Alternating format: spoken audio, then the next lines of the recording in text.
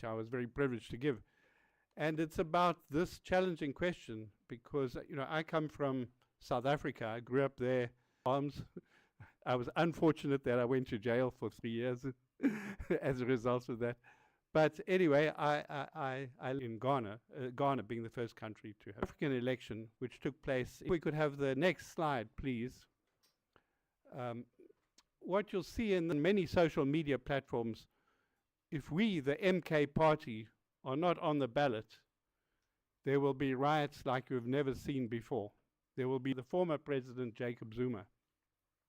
Now, if we go to the next slide, you can see that actually this is not an idle threat, this guy saying there will be riots like you've never seen before, because in 2021 there was a huge explosion. More than 300 died even of the events, of their injuries afterwards. So, South Africa is a violent country with a very violent history from colonialism, apartheid, malls destroyed. There will be riots like you've never seen before. You have to take that quite seriously. And he's saying it on all the social media channels. So let's go to the next slide.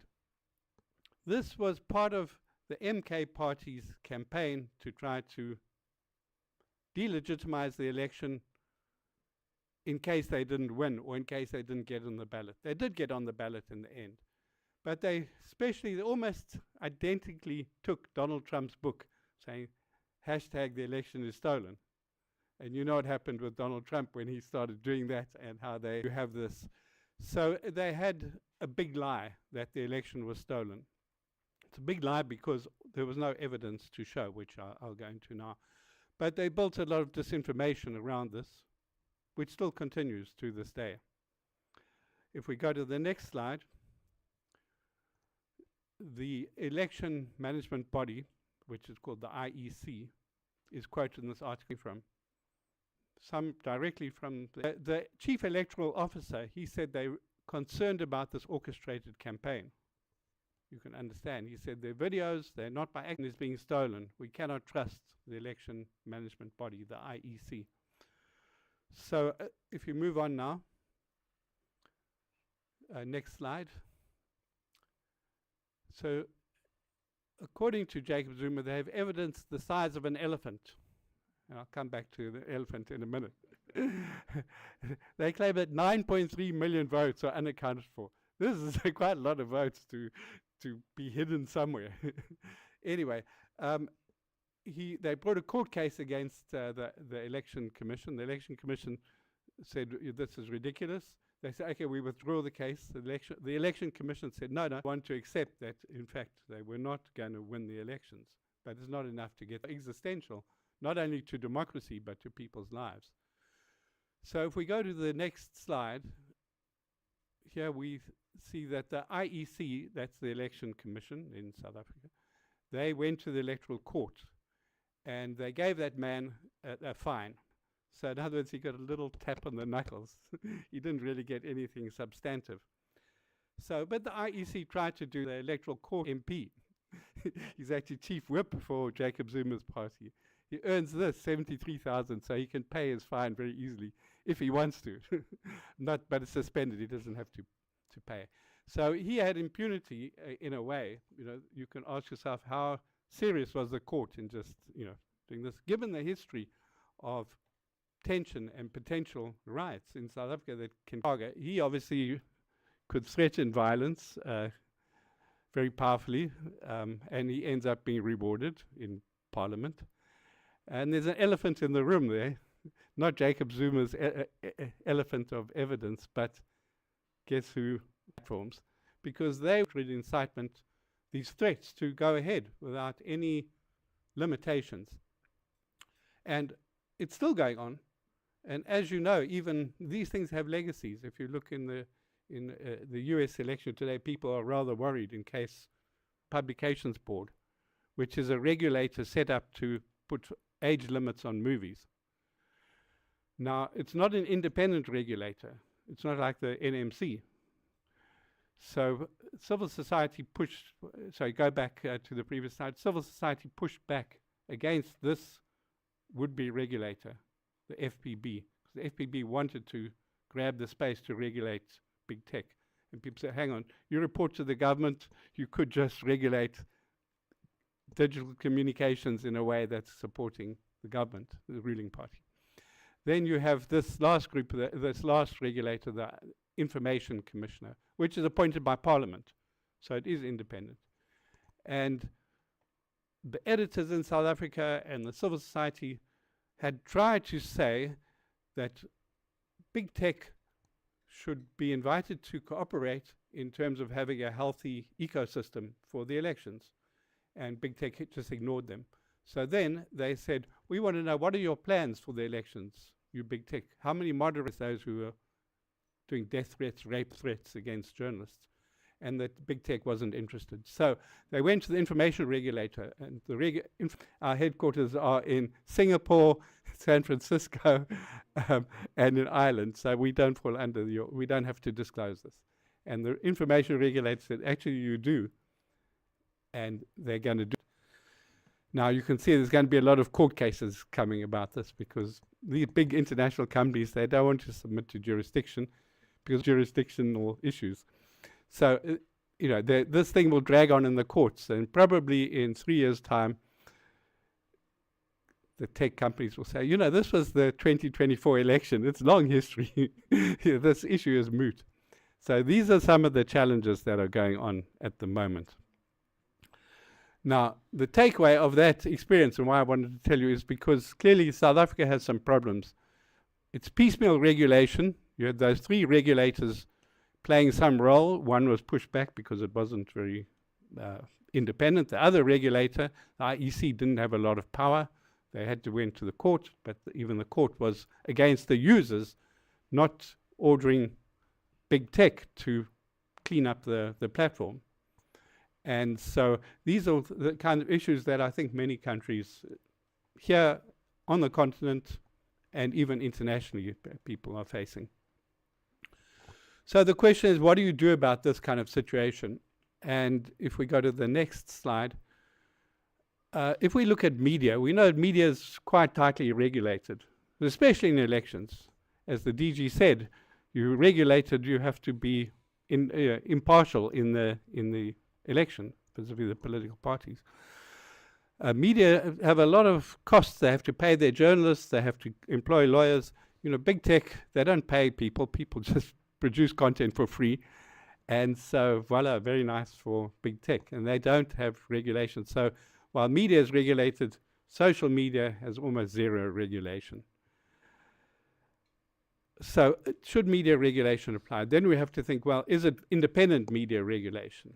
Because, but especially freedom of expression, you don't want a direct government control regulator to be involved in this stuff. And then you have the last issues. Of course, media have responsibility for what they carry, what their journalists are doing. Now, if you're carrying third-party content, it's a bit more questionable. What liability should you have? I mean, you provide the platform, but you're not the author of the content. Except that if you're big tech, you're amplifying it with your algorithms. If it's angry content, engaging content, you'll put it to the top because that's what keeps people glued. Because why? The longer you have people on your platform, the more data you get and the more advertising you can show them. And that's why even if you're on X, Twitter, if you put a tweet and you put a link in that tweet, it won't be promoted because they don't want people to click on that link and leave them. They want to keep you there all the time. So don't waste your time putting links if you are on Twitter, because that's their business model. Keep you there, keep you there, keep you there. So what's their responsibility then for what's there when they keep you there for the content? These are complicated issues. I'm glad there's some academics in the thing here. You all know the media, of course, very familiar terrain. So if we go to the next slide, it's called the stack. The stack is what kinds of moments or choke points there are where there can be governance or control. So the sources of it and the producers, you know, this can often be governed in the sense some countries have licenses for journalists, well, or licenses at least for broadcasters, so you can govern that. The tools, some countries, you know, they ban certain tools, or they they don't allow encryption, for example, for journalists. There's legal curbs, there's the distribution channels, the signal distribution and so on. And the audience, you can be prosecuted if you're that's why I went to jail, because I had books by Nelson Mandela. I was reading them, so I was at the top of that chain, the book publishing as part of media there. So that's media. We're familiar with that. It's pretty simple. Here in Ghana, you also know. So the next one, though, is getting a bit more complicated, because we have this world that's getting more. So please go to the next slide. This is now the internet. And the internet stack is more complex, because you've got, if we go there, you can start seeing that there's many more users, not just a couple of media houses. There's many more people, as was said, world, as well as institutions, as well as bots, technology, as well as generative AI, which I'll come to in a minute. So there's lots more. That adds more transnational. And what's also interesting about internet is that you have these spaces that are not public, like media is public. Even subscription media, DSTV, it's kind of public. But when you're dealing with WhatsApp groups or Facebook groups, these are not quite, they're not private, but they're not public. They're sort of in that in-between space. So it becomes very more complicated to govern internet communications. And I won't go through all the things here, but even from the infrastructure level, which you can have some governance there, people providing internet services, et cetera, et cetera. Anyway, so in some countries, as you know, there's also costs. In Uganda, they put a tax on social media, which is not good for the users, but it was a way they were trying to control the number of people who could get access to social media. So, of course, now we go to the third element, which is the AI stack. And this, we don't know. I think that's evident. So if you look at the next slide, here it becomes even more complicated, because at the bottom of this stack, the next slide, please. Thank you. You're talking about the cloud. You're talking about computer chips to run this stuff. You're speaking about data. You're speaking about the foundation models. And then you speak about the applications that go on these foundation models. Like GPT is an application based on a foundation model. And then you have the content, including all the stuff. I know here in this country you've had, as in my country, you had cloning of TV presenters. City FM, one of the people, his voice was cloned, and as if he was endorsing some scam product, So anyway, all these things are going up, and the users, so many users using AI. So to put that all together now, you have a very challenging situation for African governments, for better or for worse. And I'm going to ask you, can they govern local media? Yes or no?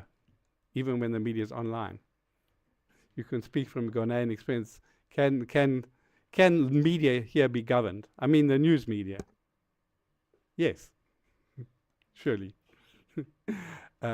Hopefully it's for the better, not for the worse. When you come to all actors across the internet, it becomes a bit more challenging. When you come to across the global AI stack, wow. This is really difficult. So what do we do with a case like that, given this? What's it all mean together? And I'll just show you the next slide. And the next one. So here I just put I'm not going to go through them, but you can see that once upon a time there was a little circle called the media, and then it starts overlapping with a bigger circle and intersecting. This is a Venn diagram of AI. If there's platforms, it's going to impact on news, media, and so on. So you can see how this thing is going. So, okay, let me suggest one answer, which is that I think to govern the data aspect of this, because everything is becoming datafied.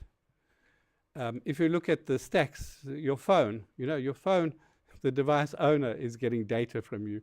The operating system, Android or whatever, Apple, getting your data from you. The network providers are getting data. And what Google can do is if enough people's phones are shaking at the same time, they can send an alert saying there's an earthquake, get out the building. So that's a huge volume of data. And here I'll just give one small example about how data is becoming so important nowadays. And so there's lots of issues, because you're not only on the airwaves, but you're also using data about who's watching, on what channels are they watching, and so on and so forth. Okay, so let's just move on a little bit more, and I'm going to wrap up quite soon. So looking for holistic solutions, let's go on. We can see there's like a lot of complicated challenges here for trying to get good governance. Okay, so I've said this, that I think data access and data privacy are the keys to regulating that. You know, who has all the data at the moment? It's mainly the private sector. Governments have some data, but it's mainly the private sector. So we need to look at how does one access this, because it's where all the values. This is how you can understand on social media what are the networks that are busy distributing incitement. You need the data to do that. At the moment, it's locked up. I also wanted to say on that slide that you also have to have regulatory link, a mix-up, or maybe that's the wrong word. In your country, the street lights on the highway to Tema have all gone missing. But it's not clear which regulator is supposed to be responsible for these lights. So you can see how difficult it is with street lights on a highway. Now, when you come to this huge world, man, there's lots of regulatory bodies there that somehow have to have agile task teams to figure out. But elections is one obvious thing where you can bring together a task team. So anyway, there's other ways to deal with this tech power, break up the monopolies. That's hard, obviously, for individual African countries. Get more transparency. They should disclose data. That's a bit possible. If you could get ECOWAS to come with that principle, you know, then the electoral management body could be saying, we want data on where attacks on the election integrity are coming from. Political parties could say, we want to get data on how much is this party spending on social media and how much is that party, etc., etc. So data transparency. Then rule of law. Obviously, you have to reform a few laws. You have to deal with this jurisdictional authority issue. And then the last point here is you have to have a greater inflow into this pile of content that people know where it comes from. Might not always be accurate, might not be clean data, but RTI, right to information data. The more the government is open and disclosing and transparent, the more there's that data, which at least you know about it. You know where it's coming from.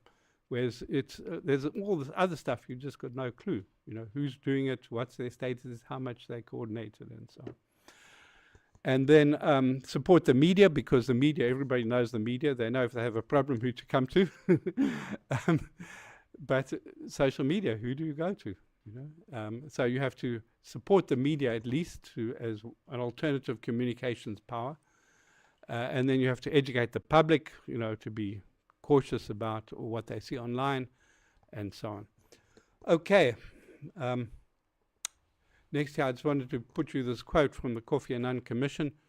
I like this quote. Public authorities must compel major internet platforms to provide independent parties with meaningful data about the impact that social media is having on democracy.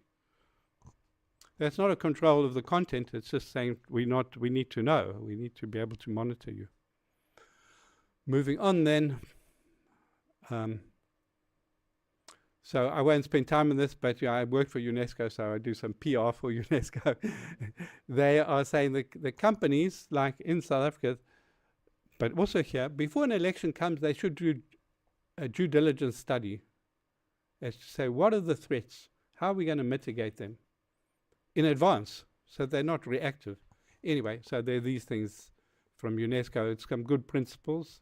And the next slide is also UNESCO, but I think it's an important point. They say that you need independence with regulators.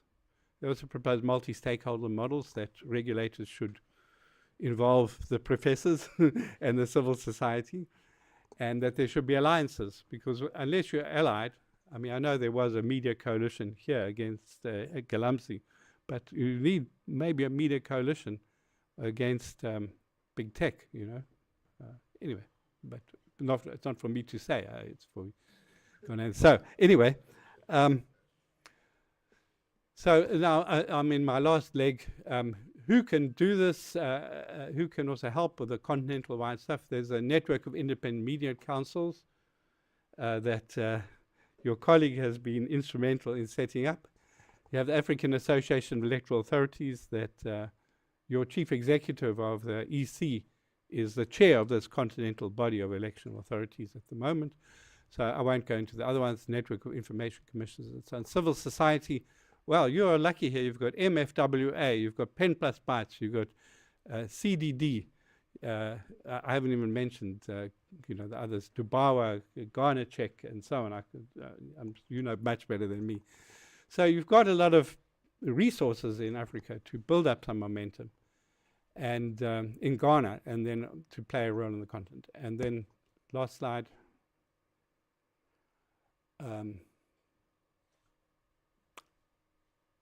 Next slide. Okay. When, again, I'm making some UNESCO propaganda here, we just had in Accra the international conference on the International Day for Universal Access to Information. Thank you to the people of Ghana for hosting that. And that's a good day to raise these issues, because how can you get access to information if you need access to data, and data is held in the private sector? Coming up in the 2nd of November, International Day to End Impunity for Crimes Against Journalists. The social media is driving a lot of people out of journalism because there's so much abuse, certainly where I come from. There'll be a big conference in the AU on that date, and the last day is World Press Freedom Day. So that's 3rd of May. Those are just some opportunities. And so with that, I'm happy to conclude and look forward to the discussion. So I think we've, particularly a country that led the charge for independence, for Pan-Africanism, this Ghanaians, you have a key role to play in the who and the how, and you do grow a particular kind of crop that's very nice to drink. So you can fill the cup. May your cup runneth over. Thank you.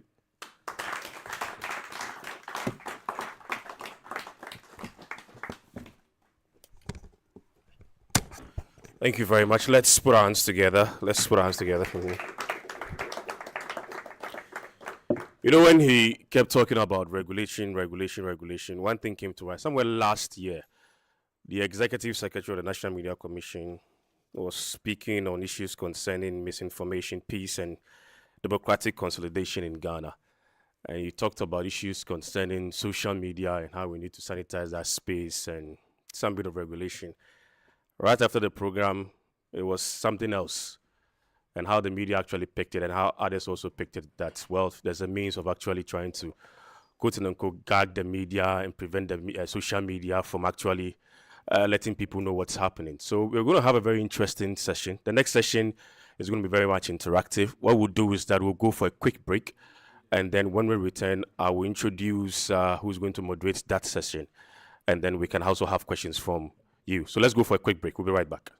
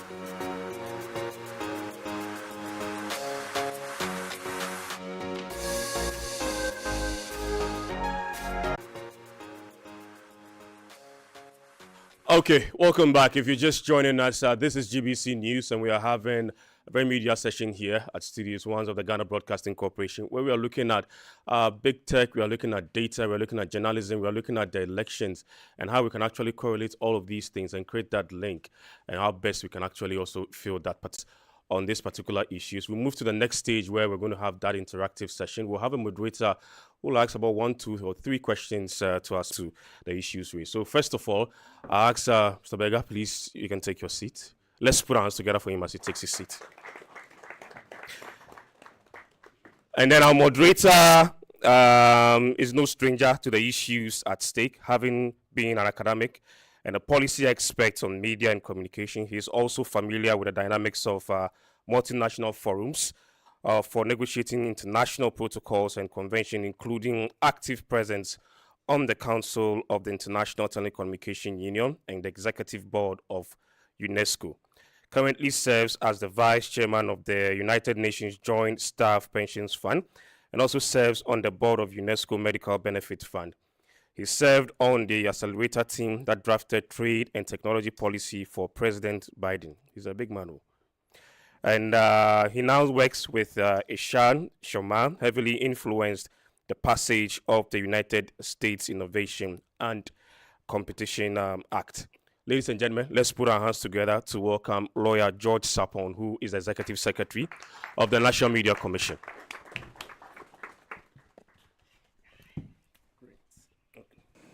Is my mic live? Yes.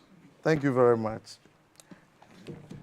I think I'm amazed at just how much information you could pack into this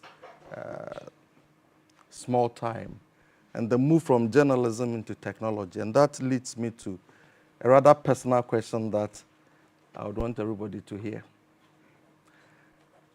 Activist, scholar, who is breeding the next generation of media activists and scholars? The Guy Beggars, Kwame Kekari, Odrigaji Puz, and the Tana Pentins and the rest. Who is breeding them now? How do we create them? Looking at the fact that the journalism schools that we have had traditionally do not address the complex questions of technology that we are getting into. Well, George, I know that you are a little bit younger than me, so I would say you are already that generation. You came up through activism. You fought for democracy in this country, freedom of expression. So you're here, and what shaped you? This is, a question that, okay, you can ask now, for younger people still, and we have some younger people here, are they active at university in promoting these issues? Are they learning from life? Are they learning from people like you? I think that conditions do give rise to this kind of people. I mean, I was made by my country, you were made by your country. Prof. Curry was made by this country as well. You don't have a choice very much. But I just want to make a little advert here that there is an online course that I have designed, and it's in association with Namibia Media Trust, Galamsey, political issues, data issues, big tech issues, all this stuff, coups in some countries. Anyway, this course, it can help people who are interested in changing the communication environment for the better, which is, I think, what your life has been about, what Prof. Curry has been about. So if people combine their own experience, the responding to the challenges, if they take advantage of intellectuals, superb intellectuals like Prof. Gadzekbo here, you're off and away. There will be a new generation. Wow, permit me to just share a very quick joke that Mr. Kowansan told us. Osagyefo Kwame Nkrumah is walking through Kolebu with Professor Ismon, and he says, Ismon, I think it's about time we set up a medical school. Then Professor Ismon says, yes, I know a professor from the Caribbean who has helped set up a couple of medical schools. I could call him and okay. Another 5 minutes, he said, Ismon, don't you think it's about time we set up a medical school? So, Osajifo, that's what I just told you. There's a professional school. And I think that's the point that you've made, that I think that we've come to a point where we need to recognize that the nexus between technology, media, and communication is getting more and more complex. And the only way we'll get our hands on is to deliberately train and lead people. But the next question that I want you to help me over, you seem to imply that there is the need for a certain kind of regulation of big tech. As we see around the world, I'm giving you a spectrum of three: China, the United States, the EU.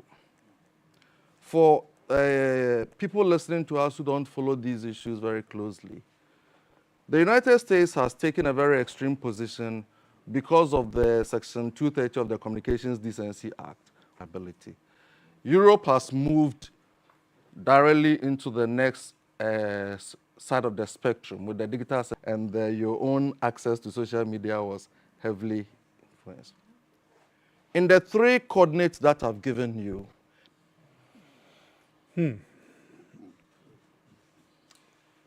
Well, I think it depends in some ways, what you're going to regulate.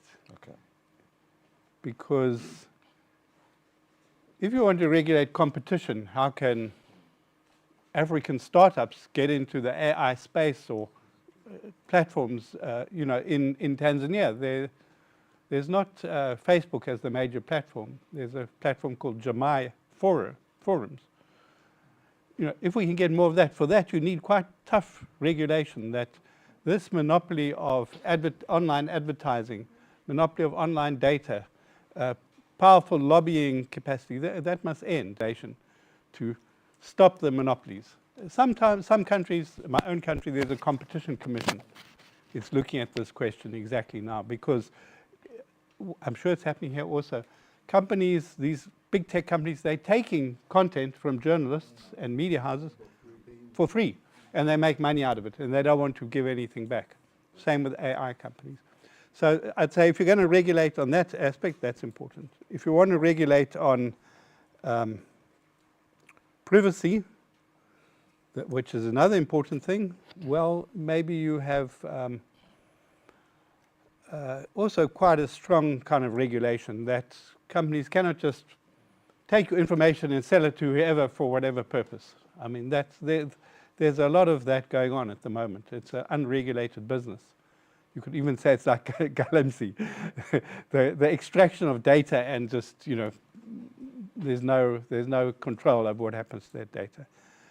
And then I'd say if you want to have a lighter touch, which is on content issues, well, the Americans are very light touch on content. There's no touch on content, effectively. But, that's that side, because content, you don't want to suppress people's rights to express themselves. I mean, people, as well as I do, under colonialism, there was no freedom of expression. And some dictatorships after that, no freedom of expression. That's not a human right. It's not good for democracy, not for development. And then the last thing I would just say is that touch regulation, which may be the EU one. And that, I think, would be to say, we will not tell you platforms what content you must allow or not allow.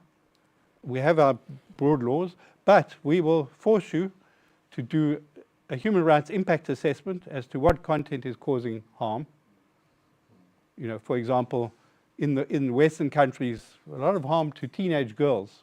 Suicide rates are rocketing because on Instagram, the image is you must be top of the fashion and you must be a certain physique.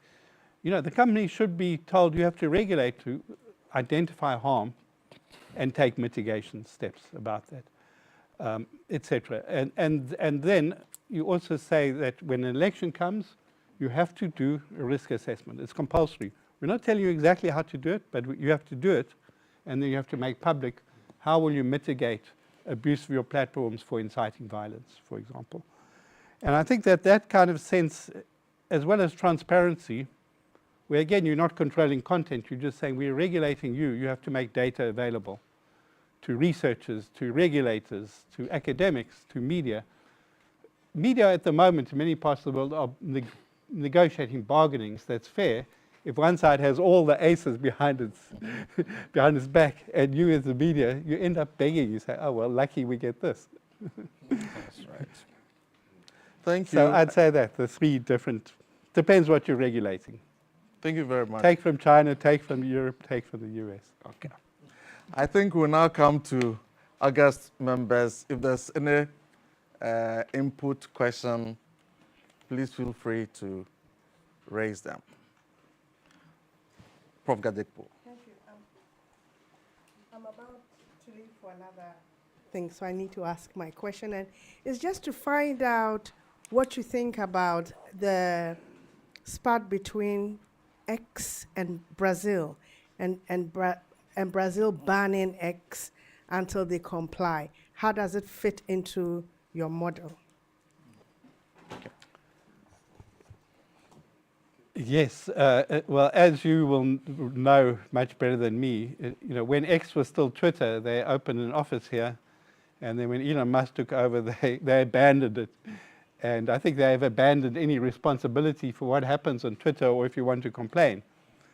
Sad to say. This Elon Musk happens to be born in the country I was born in.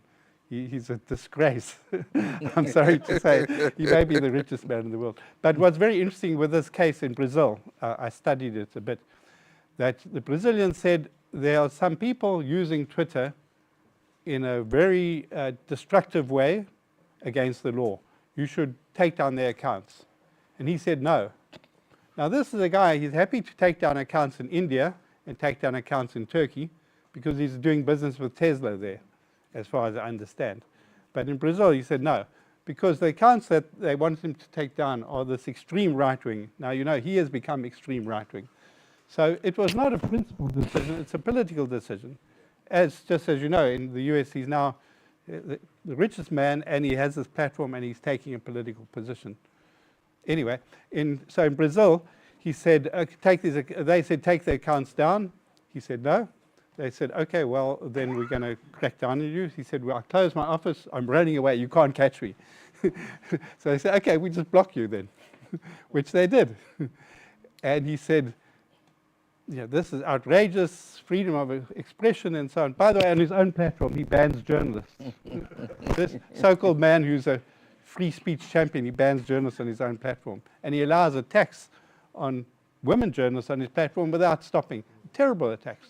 Anyway, so he runs away. They block his thing. After a week of noises, he comes back with his tail between his legs. Why? Because the Brazilians, first, there was a lot of support for this, but second, they started to use alternative platforms. He looked, he said, I'm losing business. And then he came back, tail between his legs, and he agreed. He agreed to put an office and to take down those accounts. So a country can stand up. Brazil is a big market.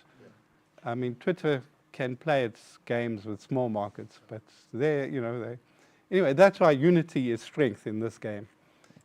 Can you imagine if you found a case that you could get ECOWAS to come out with a strong statement on behalf of countries in this region? It could be quite powerful.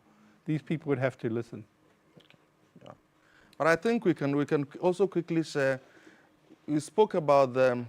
For those of you listening to us who don't follow these issues, you would be very amazed to notice that the Digital Services Act of Europe that we just discussed, which is perhaps the most formidable tool everybody is using, comes after the Germans passed what they call the Network Enforcement Act. The historical evolution is that Germany will pass that law a year after Ghana passed LI 2224, which is the foundation for a lot of these things, because we'll get ourselves involved in the German issue. Essentially, what we had done was to say, big or small, these networks and platforms have to be accountable. It was a bold initiative. We had argued this within the forums of the International Communications. What was most significant was that part of the reasons that the court gave for striking it down did not exist in the law. It existed on social media. And the platforms had noticed where this was going. The politics of it becomes very interesting, but the point that is relevant is that it is immediately after the passage of this law that the platforms began to set up offices in Ghana. And then when the Supreme Court struck it down, a few of them parked, they had had discussions with us about setting up and all. It is just to reemphasize the point Guy makes that if societies take decisions to protect themselves, people will comply. But when you renege into a certain vulnerability and think that you can't do anything, you'll be rough-rided. And I think that the idea of ECOWAS or any such grouping coming together, for me, is very useful. But I come back to the floor for any comments. Could I just make one quick comment? That's interesting in this Brazil case. It was, again, the Supreme Court that was taking action. That's right. In your case, it was Supreme Court. Of course, courts have a critical role, but they also need laws and you need regulators. The court should be the last thing. Brazil, they have a gap. They don't have a regulatory system that's functioning. And in Ghana, well, you were trying to set up a system, but the courts should not be required to start pronouncing on things that really should be regulation within a functional law, independent regulation. Add that the courts. And again, George, in this particular case concerning the Supreme Court, I don't know the details, but generally, this is an area where even the professionals in the industry and in the business are not always in step with developments. So the point I'm making is that the courts also, apart from all these things, also need going to know about all of these critical and complex issues. That's very true. It's a very important lesson to learn. Nana Penton. Incidentally, Nana was chairman of the commission when we had And this. I'm just confirming because George and I met a very high official of the court who shall not be named and agreed that they did not Well, have... we can agree to say the person was on the panel. Yes, and the person said they did not have sufficient knowledge at the time and that if they did... From what you've said, the lesson we learn is that we run faster ahead of ourselves. And I think we should be humble enough to admit that. Because we work in the field, we understood the evolution of the issues. And perhaps if we had taken the cue, as Prof. Kekere has said, I still don't think that there is enough knowledge even within Ghanaian society, even at this time. But the challenge is how we all build the coalition to do that in order to move into progressive regulation. But somebody had the microphone. Please go ahead. Thank you very much. Can the camera see your face? Oh, okay. Please, my name is Cosmos Kwame Akoli. I represent the Institute for Democratic Governance, IDEC. We appreciate this program and because we believe that it will go a long way to enhance the credibility of the elections. My question goes to Guy. He mentioned some assessment ahead of the elections. I want to say some work has been done. Some vulnerability tests or assessments have been done. Maybe it is the outcome or the content that is not widely circulated. For instance, part of what I'm referring to says that Ghana faces a huge threat, potentially from Russia. If you look at the principled position that Ghana took on Russia's invasion of Ukraine, and the public comment that our president made, particularly when he visited the US, Russia may want to interfere in our elections, given that we consume information on social media, on the internet, and they have tried this elsewhere. I want to know how you think we can prepare ourselves to be able to deal with these potential threats, because the motivation to do this exists. They may want to use Ghana as an example, and Ghana is the most, particularly with the sub of the Saharan to copy. So they may want to use Ghana as a case to enforce obedience or to influence policies within the African continent. Thank you very much. Thank you. Guy. Yeah, this geopolitical thing is a challenge. You may know that there's research that I think showed in was it Central African Republic that both the French and the Russians were doing disinformation there, and so it's these elephants and the African grass is what is then the casualty, the elephants fighting. It's significant because, especially in a tight, contested election like is probably here and in the US, a tiny bit of mischief can make a bit of a difference, discourage people from voting, or encourage them to vote a certain way. Personally, I think it's more likely to reinforce what people are going to do, but it can be significant depending on the constituency, the issue, how much it's hyped, and even just to cause a bit of confusion about the voting station is closed or it's open or there's violence here. People then don't go. In the Kenyan election, so people didn't go and vote in that constituency. So these things, they can have impact. What to do? I think that, unfortunately, this is where monitoring is needed. And how do you monitor for networks when you don't have access to the data? You can try and scrape from the outside, hashtags and so on, but that doesn't show you the actual pattern of where the stuff is coming from. And as we know from many elections, you have a kind of a team that basically seeds sock puppets, and these sock puppets have other followers. And even in the Indian election in WhatsApp, were paid. They had a very complicated infrastructure. In the Indian election, in one village, 600 WhatsApp groups. One for teachers, one for farmers, one for religious people, one for youth, and so on and so forth. So they were just a very coordinated campaign.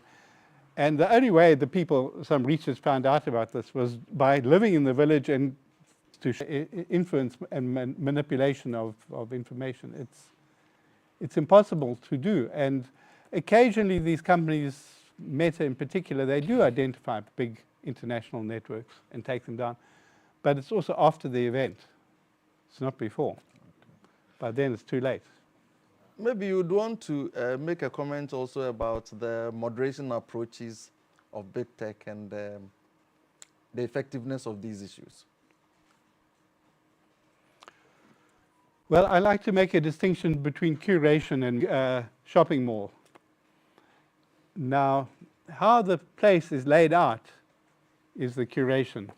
You go into, I went into here, the South African ShopRite. And then it's laid out in a certain way, and by the time you finish your shopping, you come to the end, there's the chocolate, because you're tired, you want some energy boost.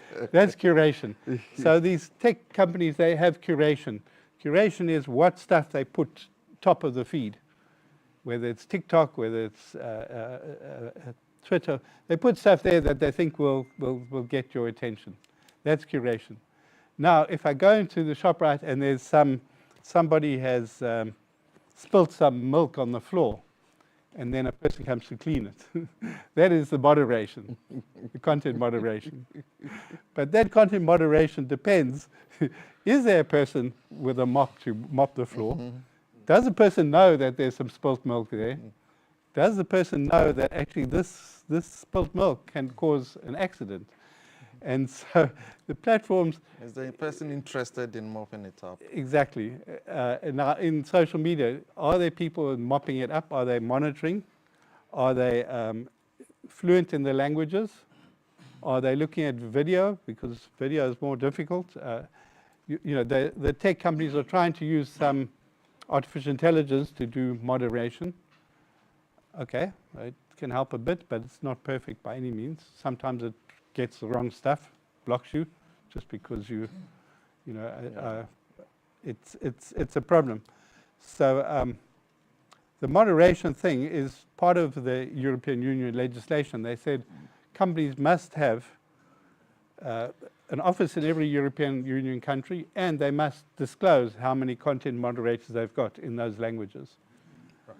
So, that's the kind of thing that if you don't enforce it with regulation, the companies don't do it. Why should they do it? It's just extra cost for them. How well they do it, we don't know.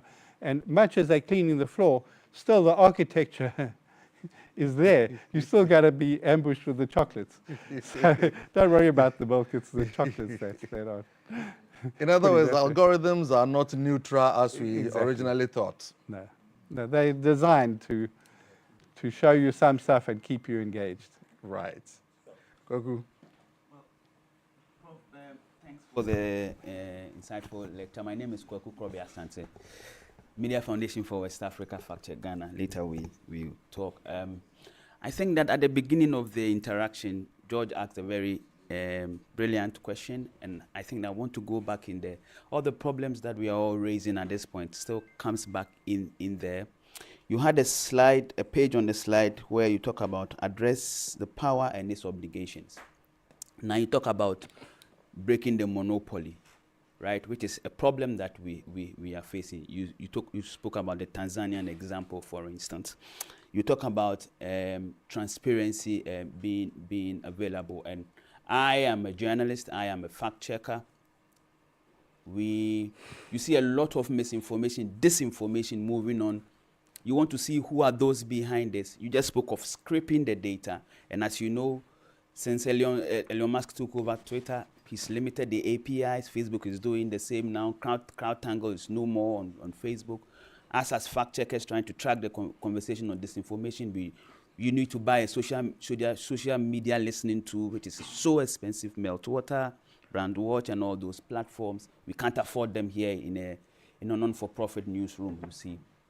And so transparency is still a problem in the rule of law, as in we have to have regulations that protects human rights, which is also a problem when it comes to regulation of social media in Africa, right?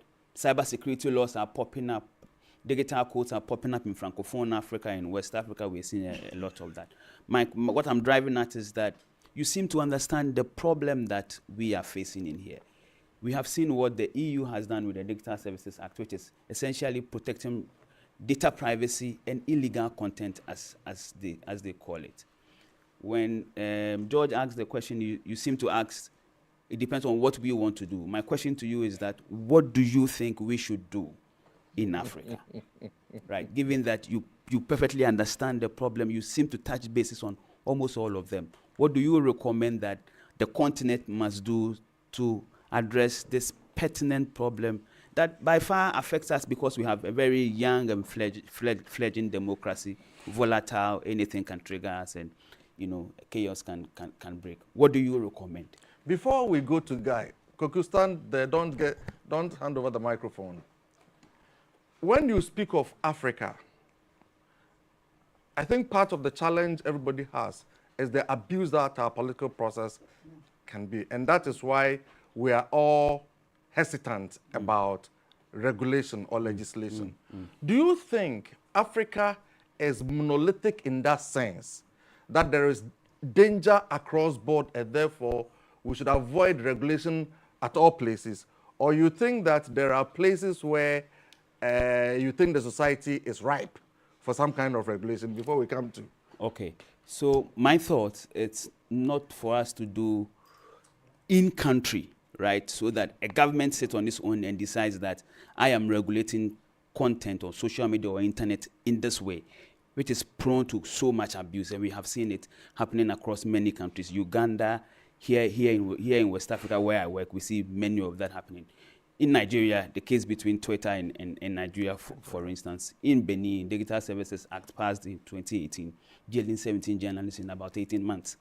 So perhaps you're forcing me to answer the question that I've asked, but maybe let me just clarify. So I am saying that if there could be Original.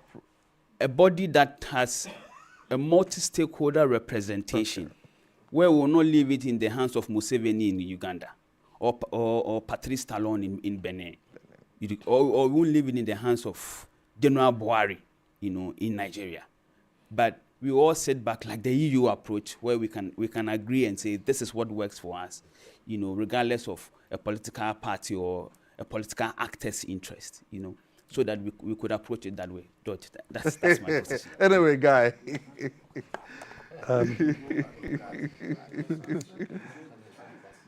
So I don't know if people here, you remember the name Cambridge Analytica.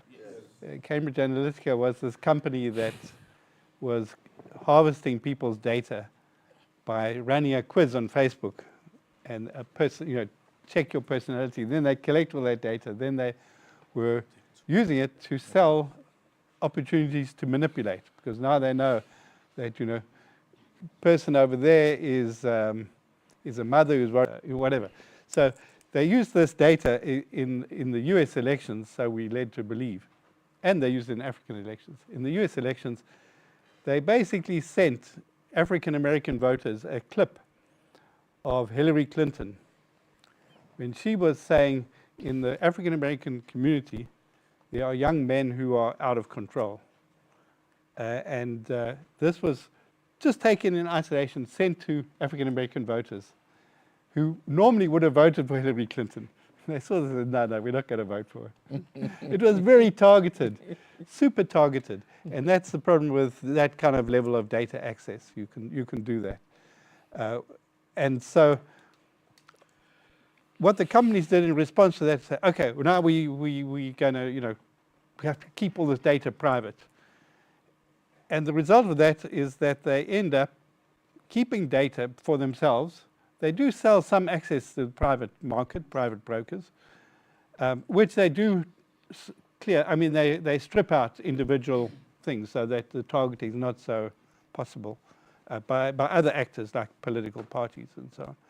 But they went so far on the one extreme that this data access question is just, it's not there, as you gave the examples of it shutting down, and also because they think it's valuable. There's many startups in Africa trying to get access to data in African languages to do large language models for AI.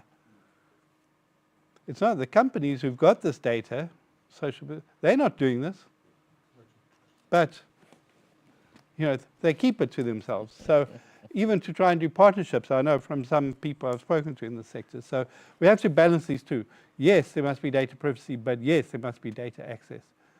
I mean, you can't have accountability, economic growth, development, and so on. I heard just about a week ago that in Lagos, Uber is agreeing to give some data to the Lagos traffic authorities. Very good. I'm the first to support that. As long as it's not personal, so they know every day that this dissident is going there. If it's like that, fine. The problem is that's a voluntary agreement at the moment. In my own country, Google is giving data to the tourism authorities. I don't know what data. Very good. But again, it's voluntary. So you have this value that's locked in these companies, and it needs to be unlocked. And there, I think the information regulators have got a big role to play, the people who are doing the right to information. They need to have a remit that can not just be right to information with governments, but to private sector, when it's in public interest, like monitoring, disinformation, like traffic management, health management, all those kinds of things. I don't know if that answers you to some extent. We have to push for that. So we'll take two more and then we round up. So, Prince. Thank you very much. Thank you, Prof. My question is mostly regarding big tech, big data, and its potential influence on elections, particularly Ghana's elections. We know artificial intelligence and its impact across the world, especially how it has revolutionized many sectors and its influence on politics, particularly elections. And it's a fact that across the world, over 60 countries have attended to elections this year or will be going to the polls this year, and Ghana is one of those countries. We are going to the polls in December. And so the issue of disinformation, misinformation, malinformation becomes topical, especially where artificial intelligence leverages on machine learning, language models, like you mentioned, and also human language technology. Unlike in the advent of doctored tapes, you would now have speech to text, text to video, text to speech, making it even more difficult to question is really to find out which recommendations you can make on actions that can mitigate risks associated with artificial intelligence, this emerging technology, and how it may impact on elections come December 7th. Let me cite an example. So you have someone seated comfortably in their home and just type on their laptop, XXXXX, political actor, presidential candidate for QQQQ. I no longer have the interest to stand for the December elections. So I want to tell my compatriots, tell my electoral, constituency or supporters that I no longer want to be a part of the December elections. Now, it makes it difficult to tell whether it's real or unreal. And when this is thrown into the public in a strategic and timely manner, where you have just about a few weeks to the elections, it becomes very difficult to even rebut, debunk, decipher, and so on and so forth. Or you have someone say, you no longer would vote at polling station A. You have to move to polling station B and vote. This can actually sway a lot of votes or disenfranchise a lot of people, whereas the information spewed is actually doctored by way of artificial intelligence. And like I say, it's very difficult because you actually find human technology, human language technology using bots to learn the language of a presidential candidate and throw information into the populace. So this is my question to you. What recommendations do you have on actions that can mitigate, such risks associated with artificial intelligence? Thank you. Quickly, I understand Bobby wants to follow. Yes. And Prof. Guy, this is a follow-up to what Chris has just told us. I believe in all these discussions, the critical issues for me are misinformation, disinformation, sometimes polarizing narratives and hate speech. Is the future scary? Is it a scary one? Now, for us in Ghana, how do we position ourselves to face this future? Okay. But before you hand it over, are you scared? I want Prof. Guy to answer the question. Otherwise, you lead me to answer. Okay, maybe we can round up. Or is there a question there? So, okay, sorry. Yes. Can we take the back from your back? Prof, I mean, the reality is that in a split test, we will not achieve much. How do you see it from the perspective of UNESCO on this internet, governance platform thing? How do we feed into that? And how do we also make our own contributions that will give momentum to the UNESCO process? Since at that level, there could be leveraging over these multinationals, because when we go there, they will tell us they don't know us. But when we go there at the level of UNESCO, that then gives us a global platform. How will that process, work in the interest of all of us? Thank you. So, Guy. Thank you. So let me try and answer all these points. When I was doing this presentation, I went to this program called Microsoft Designer, which is AI generating images. and I said, I want a ballot box with the Ghanaian star on. And they said, sorry, I can't do that for you. Because I think they introduced some safeguard there. They don't want that program to be blamed for generating some disinformation. And they do well to have some safeguards because, you know, there's this American singer called Taylor Swift. There was pornography produced of her about 6 months ago. That pornography was made using this software. And it was made because they basically have, you know, you have the prompts.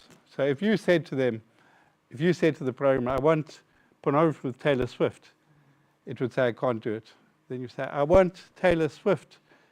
No, I want an American pop singer, a folk singer. And I want no clothes, and I want, I don't know. So you do, and then they crack the prompt, and then they produce the stuff. So I think that this company's tightened up a little bit now on that thing. By the way, they also, the only way they could produce this was not simply the level of the prompt, the algorithms, but the data, because they scrape everything, including pornography. Therefore, it's very easy for them to make the stuff. If they didn't have pornography in the database, no matter what prompts you put, they couldn't do it. But because they had pornography there. Anyway, so now I come to Elon Musk. You know, Elon Musk, who he has the most followers on Twitter. You know why? Because he promotes his own account. Even, you know, if you're on there, whether you subscribe or not, he's in your feed. He also, as you know, he interviewed Donald Trump, a pally thing on his platform, and so clearly he's, you know, he's not, he's taken a very partisan side. So don't expect him to be not partisan in your election. But he also has an AI tool called Grok, G-R-O-K, and you can do anything there. If you want a ballot box that's showing fake ballots, you can go to Grok, you can do it. So, you know, Microsoft have stopped you a little bit, but this Elon Musk company, you can go and do that. So there will be that stuff. I mean, I'm sorry to say, you should expect that. So you're not going to be able to mitigate it with these companies. You know, if one company is behaving a bit, the other ones are not. And so, Ghana, you're on your own. You know? I'm sorry to say, with Twitter, you know, Facebook, TikTok, you know, you're on your own. So you've got to put out, you know, what these fact checkers call pre-bunking. You've got to warn people that there is likely to be stuff.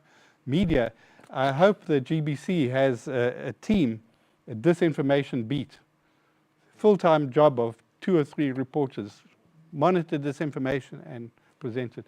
By the way, when you present it, there's a thing called the disinformation sandwich. You must present the truth, then you present the disinformation, then you repeat the truth.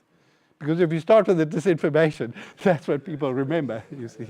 So remember, put the disinformation in the middle of the sandwich. But I think you need, media are really important because people are watching media.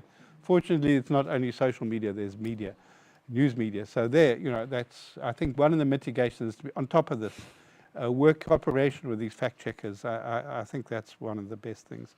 And to call on authorities to not get involved in this stuff themselves. And we need some reports to dig deep, if they are doing this, you know, to really try and crack that thing. Is the future scary? You know, all of us use social media. I mean, it's a fantastic resource. The challenge we face now is that, to go back to your problem with illegal mining, a little bit of mercury goes in the water, it poisons it for everybody, you know.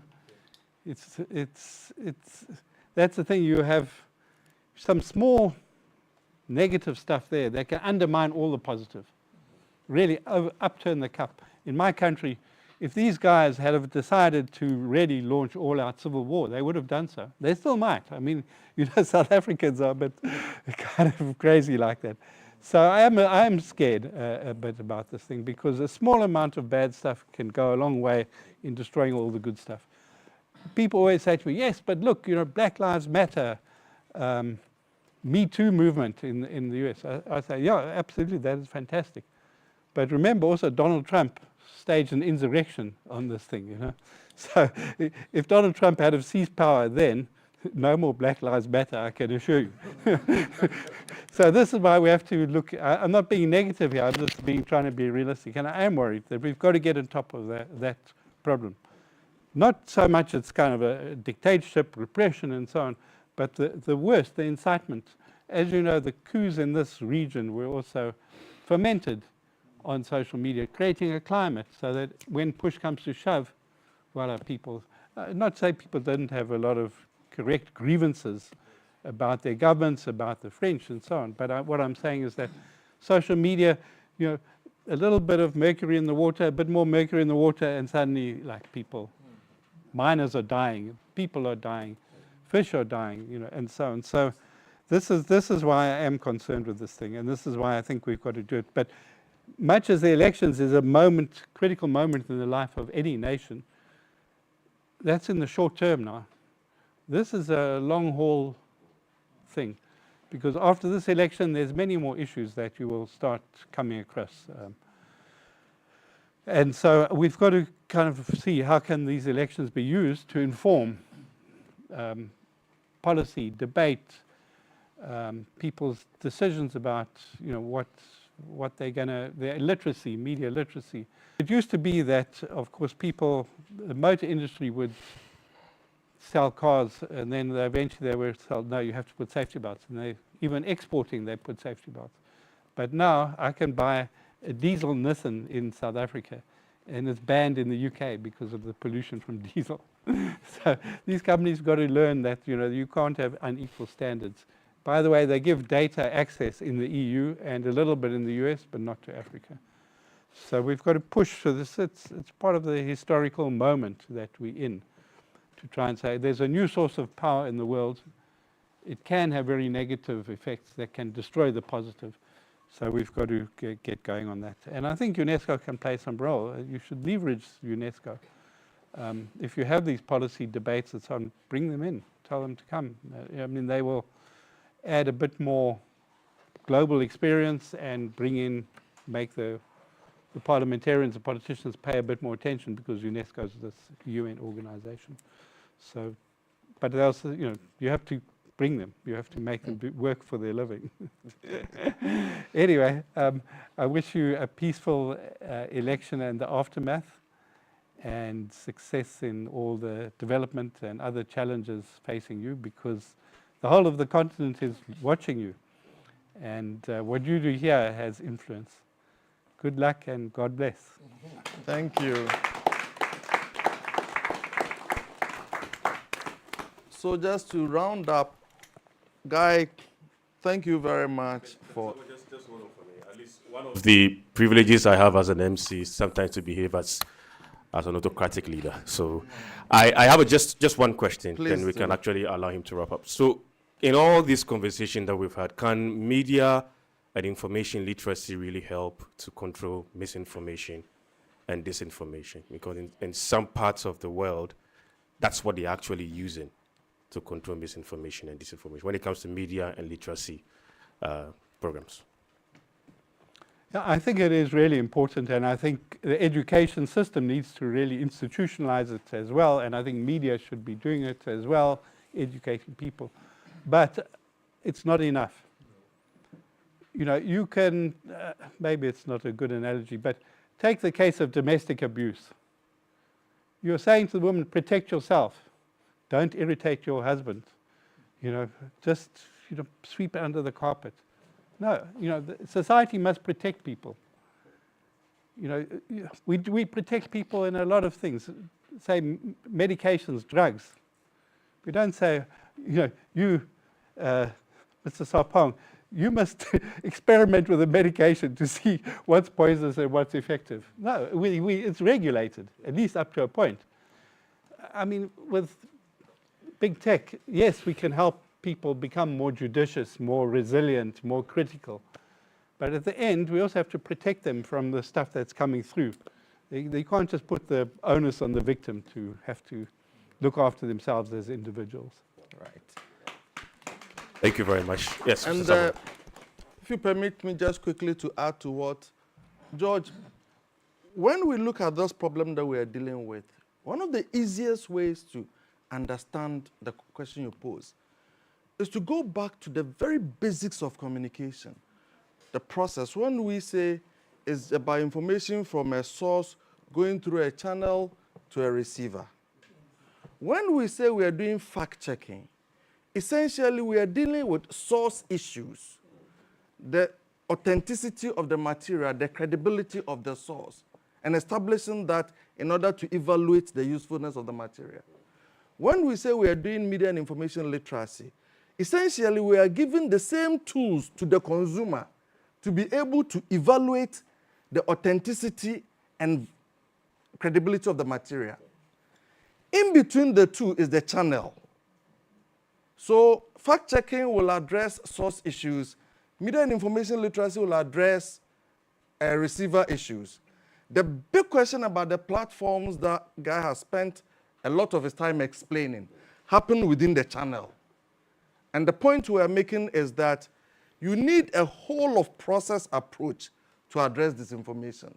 When you deal with fact-checking, you deal with media and information literacy, they are extremely good. But there is a gap that you need to address in order to have a whole of process approach.